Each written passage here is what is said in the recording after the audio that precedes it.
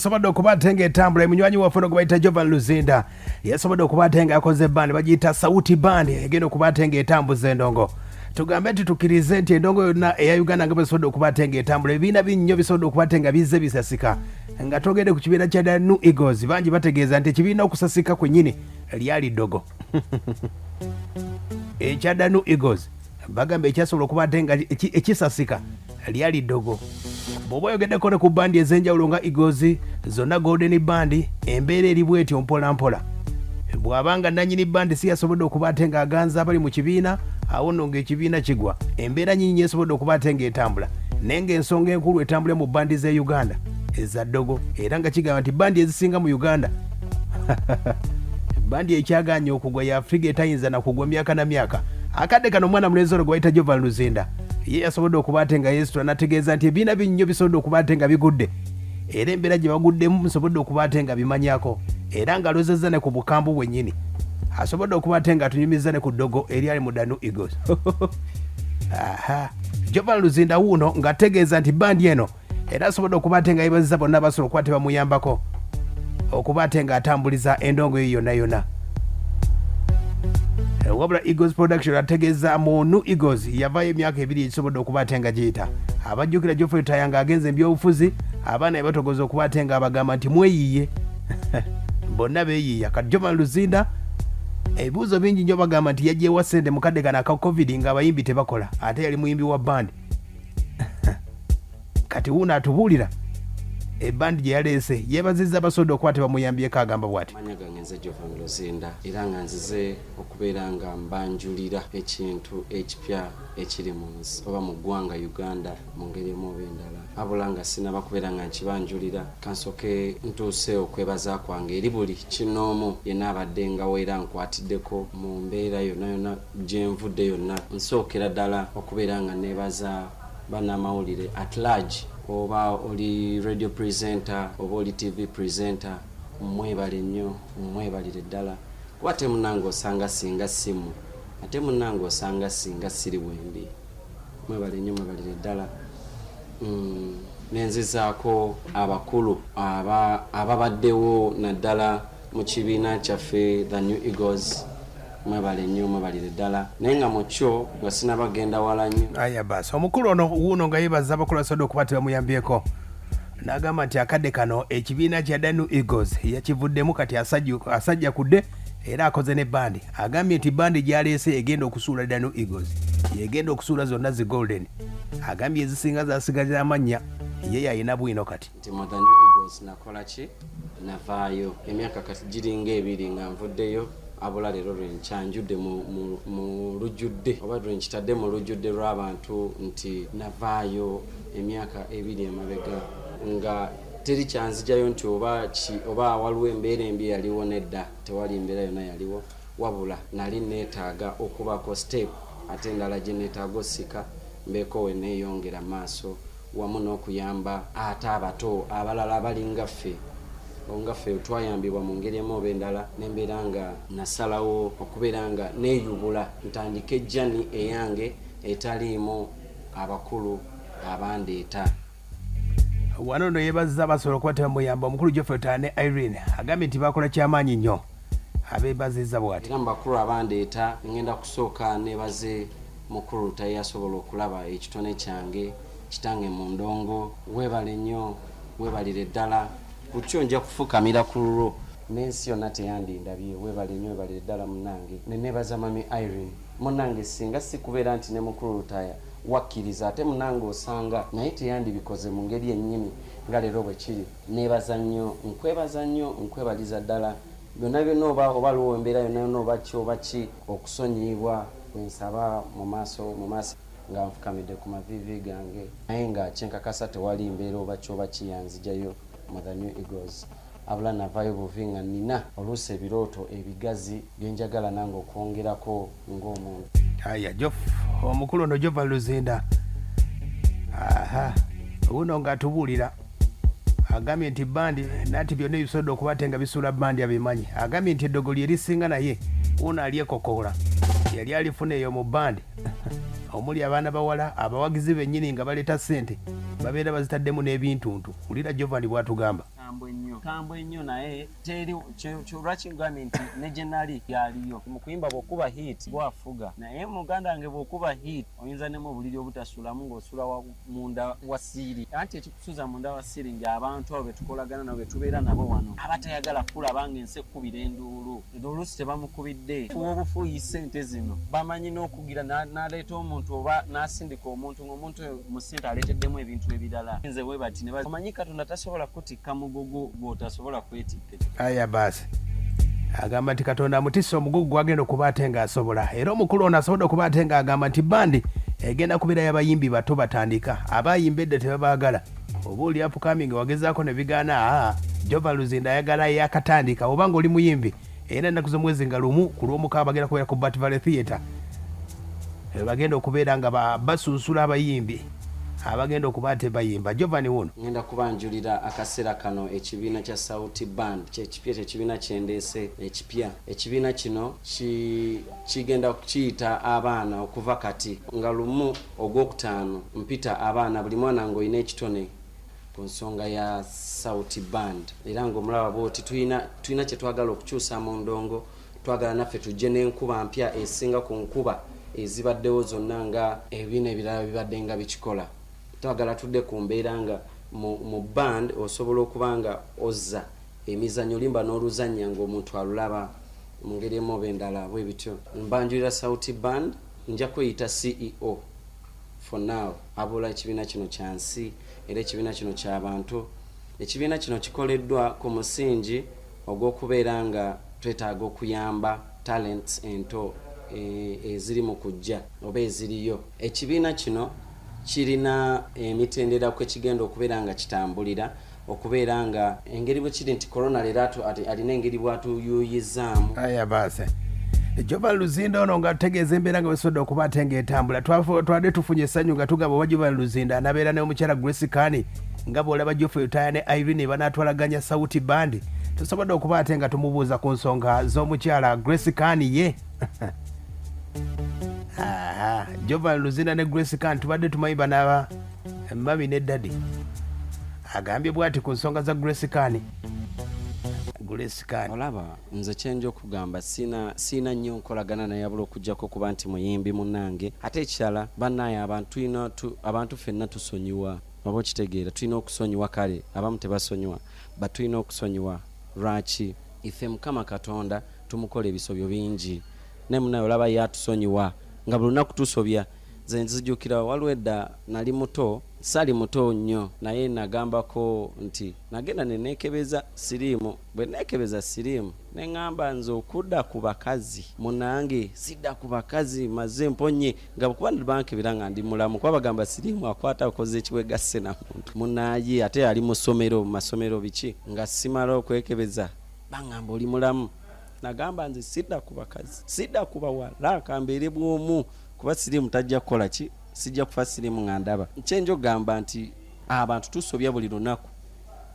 netuba nga buli kuuma obusungu obwo tosobola kweyongerayo. Aya basi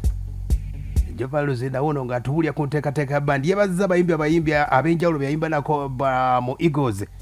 yeebazizza bonna era ng'agamba nti baabano beyeebazizza nebaza buli kinoomu eyateeka ettaffaali ku kubaawo kwange mu music wange abambeereddewo mu mbeera yonna yonna obadde mwebale nnyo mwebalire ddala mbayebaza nnyo nebaza ba sponsors abateeka mu New Egos okubeera nga etuuka we yatuuka ne tuba nga naffe tuvaamu omuntu nebaza abategekanga ebivulu mwebale nnyo mwebalire ddala mwenna okubeera nga temwasuliranga mukulu Utaya okubeera nga atuleeta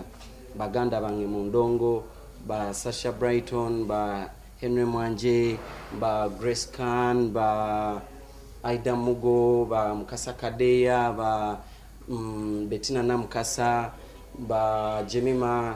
Namatovu mwebale nnyo mwebale ddala mwenna mwebale nnyo mwebalire ddala. Aya basi yeebazizza abayimbi abo naye ng'ategeeza nti abayimbi abayimbako temulinnyako ku bbandi ye wabula nga ku bbandi ye nayambibwako munne gwagenda okuba ate ng'atambuza nazo emirimu mpolampola kuliko omukulu bamuyita Robert Rota be bakwasaganya ensonga zino agambye nti abagenda okuba nti bamuyambako abali mu management ye Robert Rota kwali naye nga tayagala bayimbi bayimbako agamba Grace Khan tabeetaaga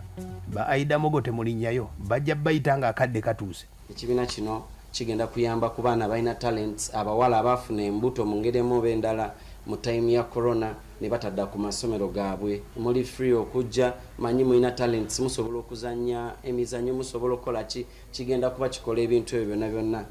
cause kiri registered. It's a registered company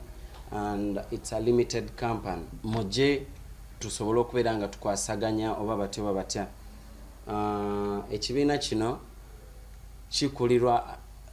cabinet endala oluusi etatuddewo waneeno mu kyo mulimu Robert Trotter eyakuyimbira oluyimba lwa Rosalinda naye twali naye bwe mbadde nga nkibasaba ne munkolera mbasaba mu ngeri y'emu era munnyambe munziruukirire. Sirina nti oba nina ssente, sirina nti oba nina ki, naye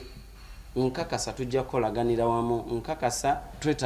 mwetaaga okubeera nga nnyambibwa okusobola okuba nga ntuusa. Osanga goals ate z'abalala nga nange mukulu tayo yasobola otuusa ezange. Aya baase bangi beebuuza nti Jovan Luzinda olugendo lwasobodde okuba ate ng'ayolekera okumanaginga bandi anaasobola okumanaginga bandi. Tumubuuza ku nsonga ne bagamba nti Jovan Luzinda ng'oli muto mu kintu kya music ani agenda okuba ate nga akwesiga mu bandi eno oyagala kuba ate nga okola emize nga bali bakulu egyo basobola okuba ate nga bakola. Owulira Jovan bwagamba nsaanidde okuba nga nzigulawo band. Nkakasa ekintu ky'okubeera nga okola oteekawo omulimu oba otandika obulamu bw'okubeera nga ogenda okwetakulira teri muntu amanya oba batya oba nina kuyimirira bwenti oba nina yimirira bwenti okusobola okukola ki okuba nga nkola omulimu ogwo. So guno gwe mulimu gwange munnange gwe nina okubeera nga nkola ogw'okubeera nga kuba sijja kugenda ntunda ennyaanya nze nina kuba muyimbi. Ate nga omusingi kwe najjira ku musingi ogw'okubeera mu band nga tetuyimba live. So n'olwekyo abantu ababadde balowooza okukola oba okuntegeka nga balowooza nti ngenda kuba nga nzija bw'omu ku show, tekigenda kuddamu kubaawo. Nina kujja na bandi namba okubeera nga nzija ku show ng'ompita ku show oba mu bbaala. Ngenda kukola shows zinene ezibadde zembadde nina nga baali babuukinga dda bwe zinaggwayo sigenda kuddamu kukola show nga ndi bw'omu. Aya baasi wanono wetumbuliza nti okola bandi kyetaaga ssente nyingi wabula ye agambye nti gabadde maanyi ga Katonda gamuyambyeko. Wanono Jovan Luzinda ayinza okuba atulimbye nga wayinza okuba aliwo omuntu omunene eyazza okuba ate nga amuyambako okutambuza endongo olw'embeera nti omulimu gwa bandi mu Uganda gubadde gusobodde okuba ate nga gusaanawo. Bandi ez'enjawulo ezoogerwako Cream Production okyagiwulirawa, The New Eagles, abaana basasika, Golden Band. Uuna atugamba nti ssente azigyewa. Ekyokukola bandi era tekiri ku kubeera nti oba omuntu olina kusooka kufuna ssente osobole okuteekawo kye weetaaga okuteekawo. Ekisinga obukulu gaba magezi na kubeera muntu mulamu eri ensi, buli kimu kisobola okwekola. Kuba wembuuza bannamawulire naddala kumwena kuliko gwe naawadde ssente okubeera nga gyoba kumwena oba radio oba TV wempa ssente okubeera nga bakuba ennyimba zange tewali. So nekitegeeza nti ekyokola bandi kyetaagisa ssente abula kyetaagisa obuntu bulamu n'okuba obumu. Aya basi ebisinza okusuula bandi ez'enjawulo zekutegeezaako zesobodde okuba ate ng'owulira ekisookera ddala kye bayita okwerogaloga kibaddeawo mu The New Eagles abajjukira obulungi Grace Khan muwabi ne Jovan Luzinda akadde kano akoze bandi abaana ab'obuwala banaakola batya. Sooka ombuli Jovan Luzinda ye akoze bandi agamba talina wadde na ssente era asaba abantu bayinza okuba ate bamuyambako naye nga olunaku nga lumu bagenda kuba ate nga bakitongoza bandi eno agenda kuba ate nga akola audition ez'enjawulo. Bw'obanga oli muyimbi nga toyimbangako tayagala baapukamiri ayagala bayimbi nga tebayimbangako.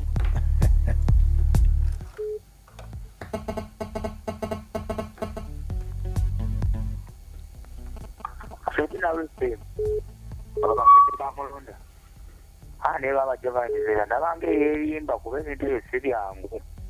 mpozi ng'alina omunene emabega.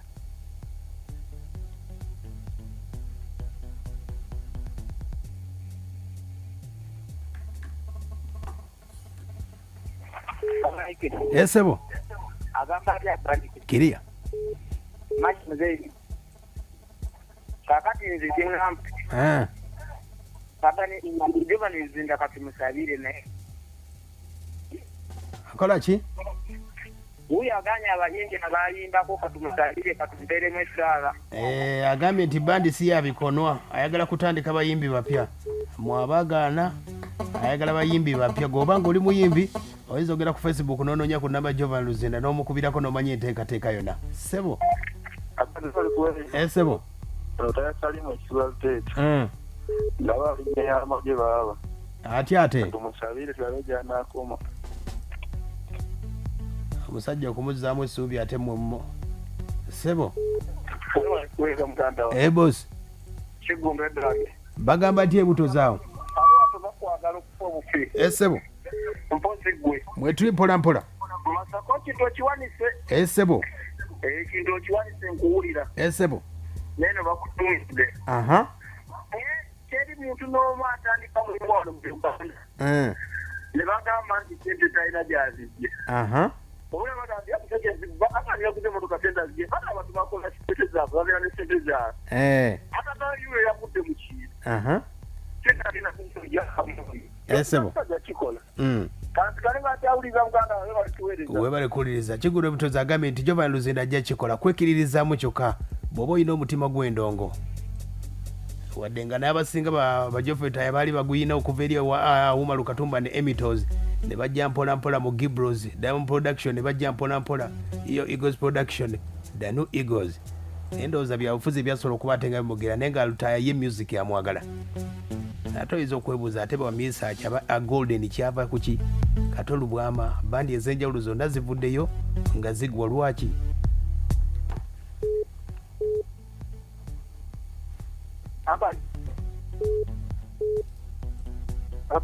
sebo yakola